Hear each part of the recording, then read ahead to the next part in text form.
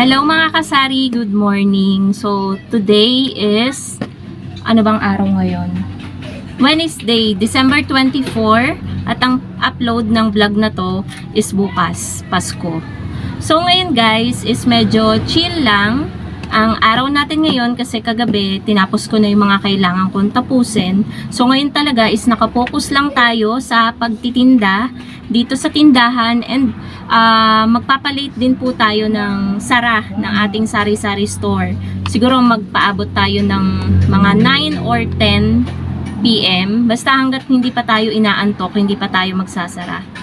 Kasi para makakota tayo guys, sana madaming bumili ng sigarilyo at alak at mga soft drinks. Kasi yan yung mabebenta kapag ano. Meron 500, papabuo ako. So meron lang nagpabuo ng 500.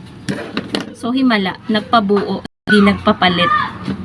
So ngayon guys, i-share ko lang sa inyo habang tayo ay nagbabantay ng tindahan. Nakaka-overwhelm mga kasari dahil meron na tayo kahit wala pang Pasko, nakatanggap tayo ng mga regalo. Ito guys is galing sa pamilya ko, sa kapatid ko, sa pamangkin ko, sa anak niya. So dahil lagi daw niyang nakikita na nakaganito ako, binigyan niya ako guys ng medyas.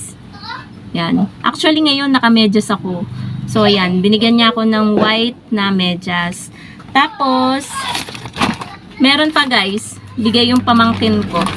Bigay yun ng pamangkin ko yung ano. Tapos binigyan din ako guys ng wallet. Ganda niya. Oh, kala mo naman ang dami kong ilalagay. Tapos meron pa dito. Yan, pwedeng maglagay ng mga cards. So ang ganda kasi alam niya na favorite color ko is red.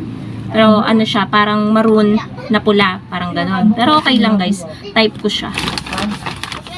And kahit ano namang kulay niyan, ang mahalaga is, kahit nga walang regalo eh, mahalaga na alala tayo. So ito, nakatanggap din si partner galing sa kapatid ko. Ayan, bench na pabango. Ayaw ni partner ipa-open. Gusto niya, siya yung magbubukas.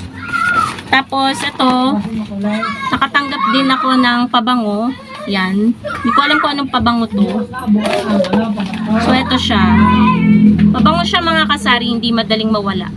Nagpisit ako kanina hanggang ngayon. Is naamoy ko pa siya. Para kapag may bibili, maamoy naman yung tindera na mabango. Yun naman dapat palagi, 'di ba mga kasari? Dapat lagi tayong mabango. Kasi kapag mabaho yung nagtitinda, eh hindi talaga sisipagin bumili ang customer kapag yung umaalingasaw yung baho, 'di ba? So, ngayon mga kasari, nung pisan ko ng mamigay nung mga gamis na aking binalot sa mga bata kapag may bumibili, binibigyan ko sabay bago sila umalis ng candy. May mga ilan na bigyan na ako. So, kukuhanin ko guys dito.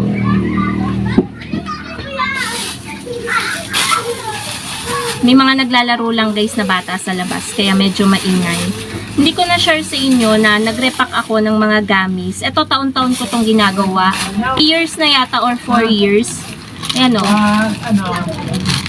Nagrepack ako ng mga gamis na pamigay sa mga bata. So alam nyo naman ang mga bata, simple lang ang kaligayahan nila. Kahit nga pisong gami lang ibigay mo, masaya na sila. So ito guys, oh, marami-rami silang makakain. Pero kapag mga sobrang baby pa, mga 1 to 3 years old or hanggang ano, hindi ko binibigyan guys kasi baka mabulunan tayo pa, masisi ng magulang. So yung mga ano na, mga 6, 7, ganyan ng edad pataas, yun yung aking binibigyan ng mga candies.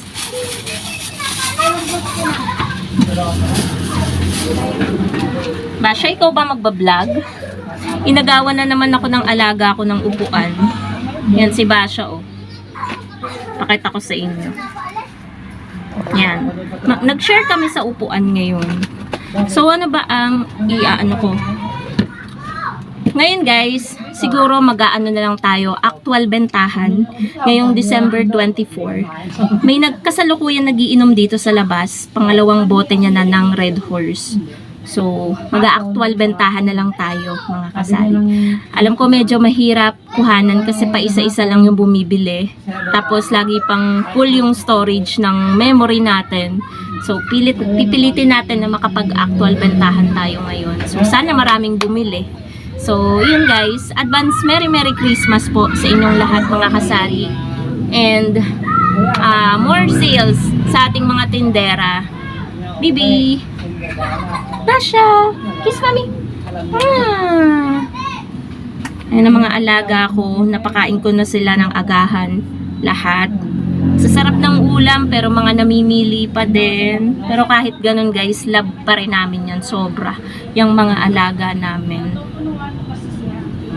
So, ayun po mga kasari. Mag-a-actual bentahan na tayo.